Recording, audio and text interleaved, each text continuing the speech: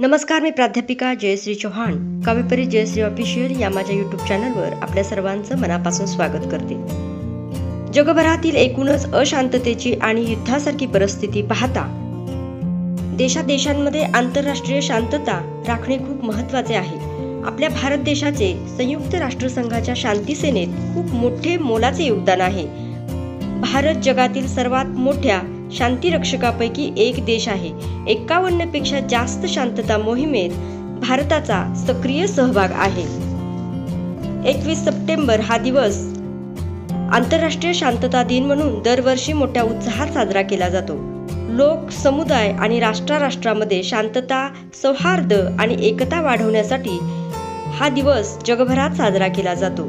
शांततापूर्ण जग निर्माण करण्यासाठी सामूहिक प्रयत्नांचे आवाहन हा दिवस करतो. संयुक्त राष्ट्रसंघाचे विद्यमान सरचिटणीस अँटोनिओ गुटेरेस म्हणतात, युद्धाच्या क्रूरतेत आणि अवनतीत जगभरात जीवन उद्ध्वस्त होत आहे, बालपण संपत आहे आणि मूलभूत मानवी प्रतिष्ठा हिरावून घेतली जात आहे. आजच्या या भागात आपण आंतरराष्ट्रीय शांतता दिन का साजरा केला जातो, जपानी शांती घंटा, तिचा इतिहास, शांती दिनाबद्दलची बोधवाक्ये, संयुक्त राष्ट्रसंघाचे सरचिटणीस, शांतीचे संदेश देणारे विचार आजच्या या भागात आपण पाहणार आहोत.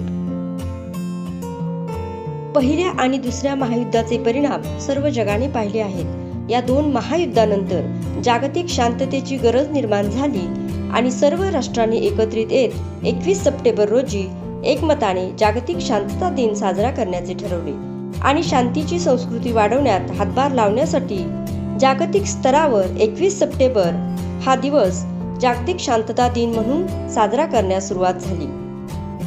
संयुक्त राष्ट्रसंघाचे सरचिटणीस म्हणून आतापर्यंत युनायटेड किंगडमचे ग्लॅडविन जेब, नॉर्वेचे त्रिग्वे ली, स्वीडनचे दाग हमारहोल्ड, म्यानमारचे ऊ थांड, पेरूचे हावियर पेरेस दि कुलर, ऑस्ट्रियाचे कर्ल वाईडहाऊस, इजिप्तचे बुट्रोस घाली, घानाचे कोफी अन्नान, दक्षिण कोरियाचे बान की मून आणि सध्याचे पोर्तुगालचे अँटोनिओ गुटेरस विराजमान आहेत.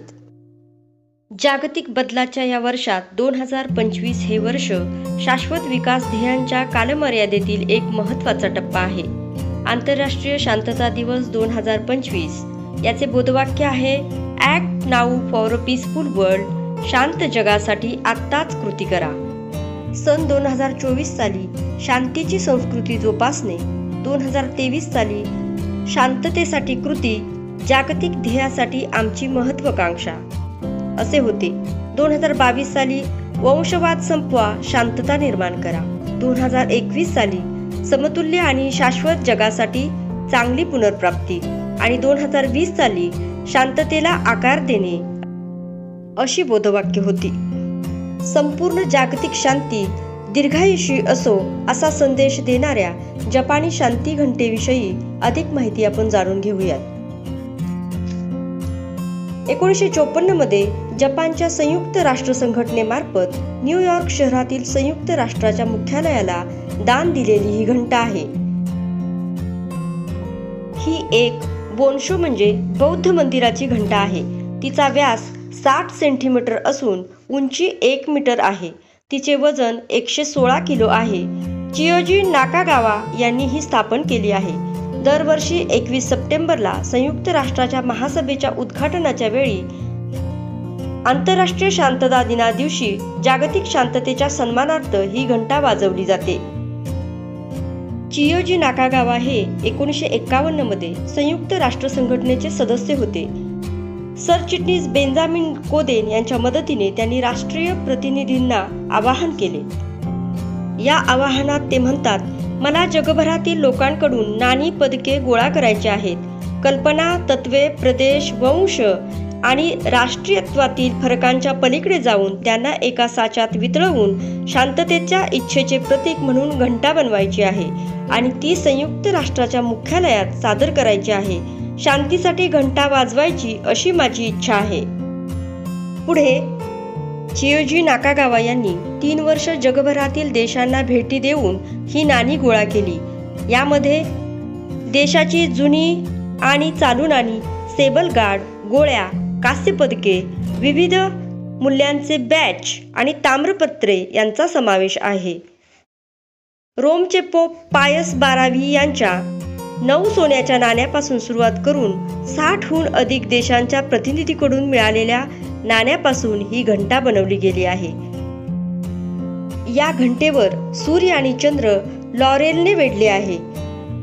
संपूर्ण जागतिक शांती दीर्घायुषी असो असे जपानी भाषेत लिहिले आहे. हिप सेकाई झेटाई हेई वा बंजाई ही जपानी अक्षरं त्यावर कोरलेली आहेत.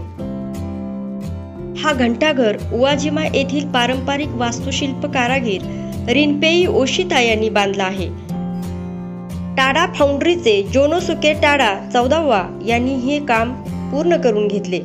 सध्या ही घंटा संयुक्त राष्ट्राच्या मुख्यालयाच्या जपानी गार्डनमध्ये आहे आणि वर्षातून 2 वेळा म्हणजे 21 मार्च पृथ्वी दिन आणि 21 सप्टेंबर आंतरराष्ट्रीय शांती दिना दिवशी ही घंटा वाजवली जाते.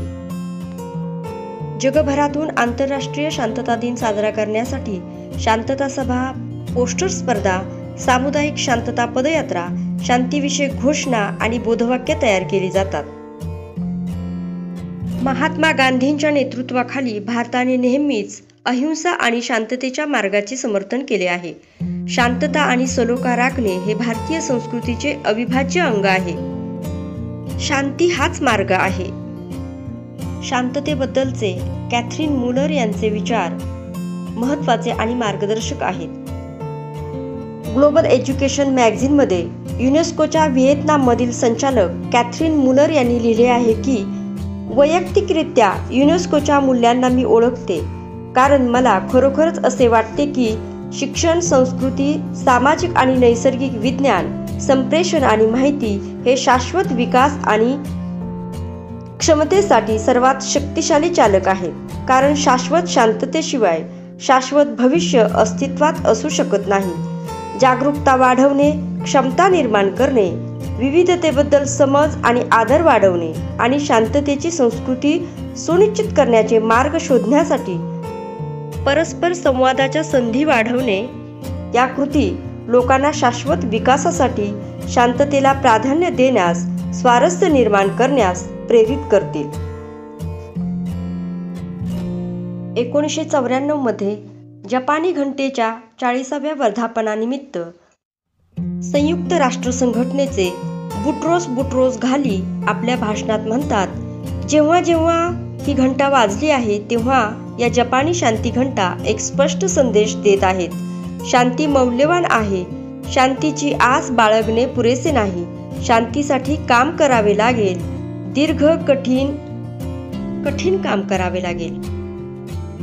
भारतीय तत्वज्ञानातील उपनिषदांनी दिलेले वसुधैव कुटुंबकम, संपूर्ण जगच एक कुटुंब आहे.